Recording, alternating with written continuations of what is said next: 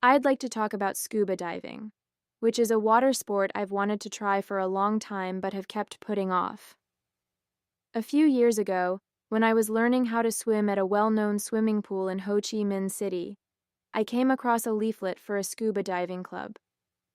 They offered a short course with the only requirements being that participants could swim and tread water. The course was held in places like Nha Trang or Phu Quoc, which are famous for their beautiful beaches and clear water. What really caught my attention was the image on the leaflet, showing people exploring coral reefs and marine life underwater.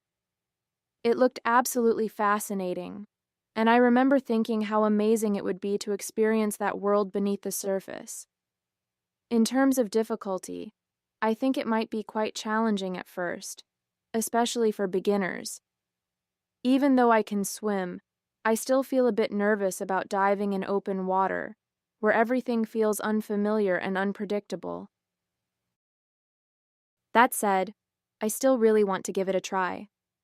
I think it would be a unique and unforgettable experience, and it might even help me overcome my fear of the ocean. I just need to stop making excuses and actually go for it one day.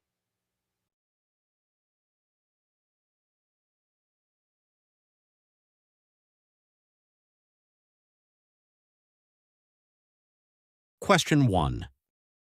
Do you think it is good to teach swimming in school?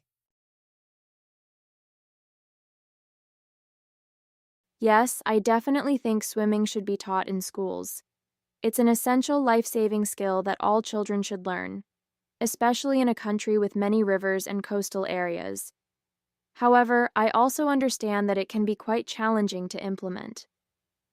Building and maintaining swimming pools is expensive, especially for large schools with thousands of students, which may require multiple facilities. This would involve a significant financial investment from the government. There are also concerns about equal access. For example, smaller schools, or those in disadvantaged areas, may not have the resources or space to build swimming pools. So the government would need to carefully consider how to allocate resources to ensure that all students have the opportunity to learn this important skill. Question 2. What kinds of water sports are popular nowadays? I'd say swimming is by far the most popular water sport nowadays. One of my friends once said that while you don't necessarily need to know how to climb a tree, knowing how to swim is essential, and I completely agree with that. Firstly, swimming is a life-saving skill. So many people learn it from a young age. It also serves as a foundation for other water sports, such as surfing or diving, so it's often the first thing people learn before moving on to more advanced activities. Another reason is that it's relatively accessible and not too difficult to learn compared to some other water sports. For example, many children are introduced to swimming at an early age, which makes it a common and popular activity. Question 3. Why do people like to live near water? I think there are several reasons why people like to live near water. One of the main reasons is the peaceful and relaxing environment. Being close to the sea, a river, or a lake can help reduce stress and improve people's overall well-being. Another reason is the lifestyle it offers. People can enjoy various outdoor activities such as swimming, fishing, or simply walking along the beach, which makes daily life more enjoyable. In addition, areas near water are often considered more attractive, so properties there tend to have higher value. Some people choose to live there not only for personal enjoyment but also as a long-term investment. Question 4.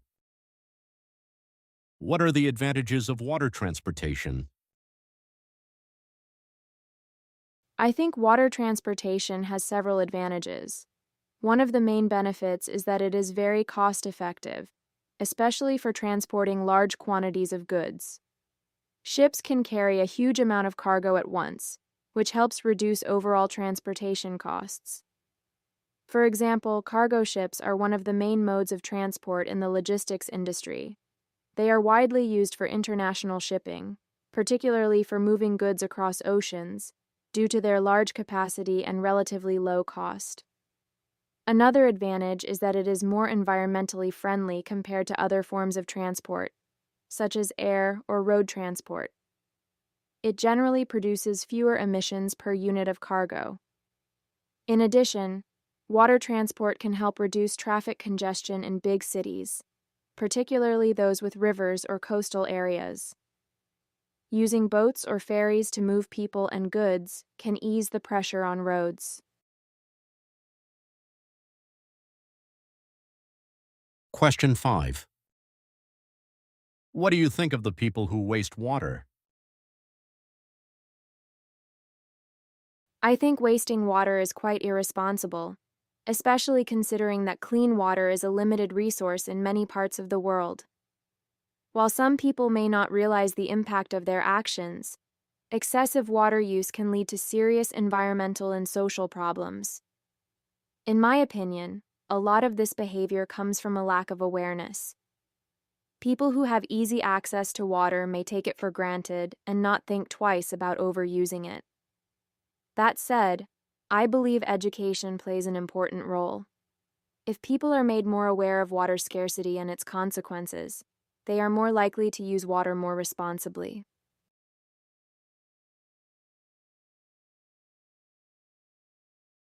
Question 6. What are some problems that wasting water can cause? There are several serious problems caused by wasting water. From an environmental perspective, excessive water use can lead to water shortages. In some regions, rivers and lakes may dry up, and underground water sources can be depleted faster than they can be replenished. This can harm ecosystems and affect wildlife that depend on these water sources. From a social point of view, it can create inequality. While some people waste water, others, especially in rural or developing areas, may struggle to access clean water for basic needs like drinking or cooking. This can negatively affect their health and quality of life. In the long term, water scarcity can even lead to conflicts between regions or countries over access to water resources.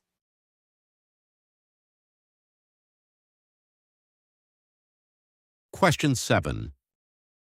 What are the characteristics of goods transported by water? I think goods transported by water usually have several key characteristics. First of all, they are often bulky and heavy, such as raw materials like oil, coal, or machinery. Ships are ideal for carrying these types of goods because they have a very large capacity. Secondly, these goods are typically not time-sensitive.